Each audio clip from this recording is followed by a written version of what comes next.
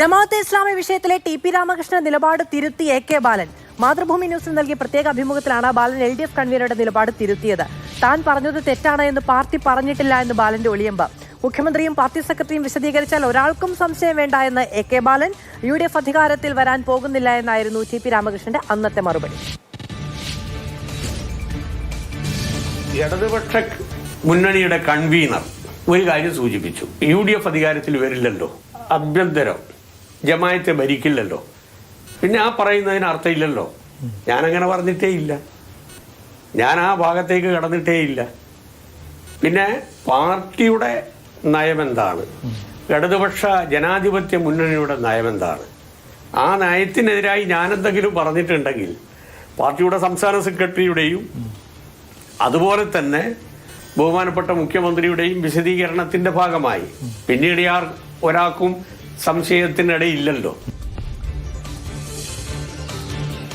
ജമാഅത്തെ ഇസ്ലാമിയുമായി ബന്ധപ്പെട്ട് എ.കെ. ബാലന്റെ പ്രതികരണത്തിൽ എം.വി. ഗോവിന്ദൻ അതൃപ്തി. എ.കെ. ബാലൻ പറയുന്നതിന് മറുപടി പറയാനല്ല ഞാനിവിടെ ഇരിക്കുന്നത്, ഞാൻ പറഞ്ഞതാണ് പാർട്ടി നിലപാടെന്നും എം.വി. ഗോവിന്ദൻ പറഞ്ഞു. മാതൃഭൂമി ന്യൂസിന്റെ പ്രത്യേക അഭിമുഖത്തിലാണ് എ.കെ. ബാലൻ ജമാഅത്തെ ഇസ്ലാമിയുമായി ബന്ധപ്പെട്ട നിലപാട് ആവർത്തിച്ചത്.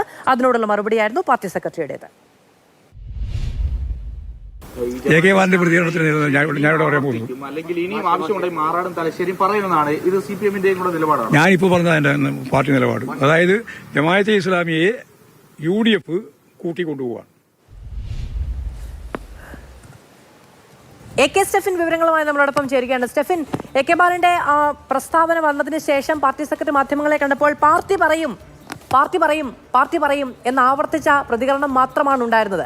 പിന്നീട് വിശദമായി തന്നെ അദ്ദേഹം അതിൽ പ്രതികരിക്കുകയും ചെയ്തു.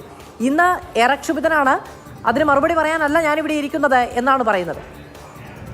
അതെ മധു, ഇത് അന്നുണ്ടായതുപോലത്തെ ഒരു സന്ദർഭമാണ് യഥാർത്ഥത്തിൽ ഇന്നും ഉണ്ടായിരിക്കുന്നത്. കാരണം എ.കെ. ബാലൻ ഈ ജമാഅത്തെ ഇസ്ലാമിയുമായി ബന്ധപ്പെട്ടുള്ള പരാമർശം നടത്തിയപ്പോൾ അത് ഏറ്റെടുക്കണമോ അത് തള്ളണമോ എന്നൊരു ആശയക്കുഴപ്പം CPM-നകത്തുണ്ടായിരുന്നു.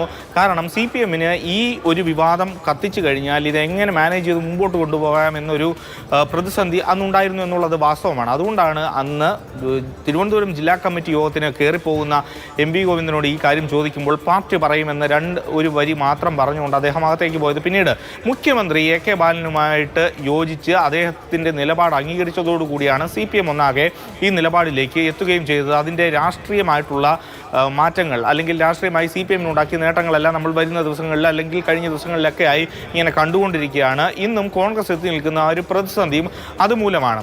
ഏതായാലും ഇന്ന് ഈ വിഷയത്തിൽ CPM-ന്റെ സംസ്ഥാന സെക്രട്ടറി എ.കെ. ബാലനെ തള്ളുന്നു, അല്ലെങ്കിൽ അദ്ദേഹം പറയുന്ന ഓരോ കാര്യങ്ങൾക്കും അഭിപ്രായം പറയാനല്ല താൻ ഇവിടെ വന്നത് എന്നുള്ളത് പറയുന്നുണ്ട്.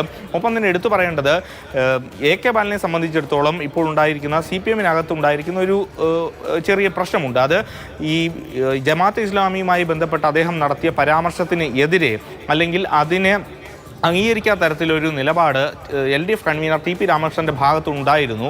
അതായത് ബാലനെ തള്ളുന്ന ഒരു നിലപാടാണ് മുഖ്യമന്ത്രിയുടെയും CPM സംസ്ഥാന സെക്രട്ടറിയുടെയും എല്ലാം പിന്തുണയ്ക്ക് ശേഷവും അദ്ദേഹം വാർത്താസമ്മേളനം നടത്തി പ്രതികരിച്ചത്. അതിൽ മുഖ്യമന്ത്രിയും പാർട്ടി സെക്രട്ടറിയും ഒരു തീരുമാനം പറഞ്ഞു കഴിഞ്ഞാൽ പിന്നീട് ആർക്കും സംശയം വേണ്ടതില്ലല്ലോ എന്നൊരു കുത്ത് അവിടെ ബാലൻ നൽകുന്നുണ്ട്, ഒരു ഒളിയമ്പ് അവിടെ വയ്ക്കുന്നുണ്ട്. അതുകൊണ്ട് തന്നെ CPM ഈ നടപ്പിലാക്കാൻ ആഗ്രഹിച്ച അല്ലെങ്കിൽ മുന്നോട്ട് കൊണ്ടുവന്ന കാര്യത്തിൽ ഏതാണ്ട് വിജയിച്ചിട്ടുണ്ട്. പക്ഷേ ഇപ്പോൾ ഏതായാലും പ്രതിസന്ധിയിൽ നിൽക്കുന്നത് കോൺഗ്രസ് ആണ്. കാരണം SNDP-യുടെയും NSS-ന്റെയും ആ ഒരു ഐക്യപ്പെടലിലൂടെ ഈ CPM-നെയും രണ്ട് സംഘടനകളെയും തള്ളാൻ പറ്റാത്തൊരു സ്ഥിതി കോൺഗ്രസിലെ മുതിർന്ന നേതാക്കൾക്കടക്കമുണ്ട്. അതുകൊണ്ട് തന്നെ ശരി, ആരാണ് ഇടതുപക്ഷത്തിന്റെ നിലപാട് യഥാർത്ഥത്തിൽ പറയുക എന്നുള്ളതാണ് ആകെ ഒരു കൺഫ്യൂഷൻ.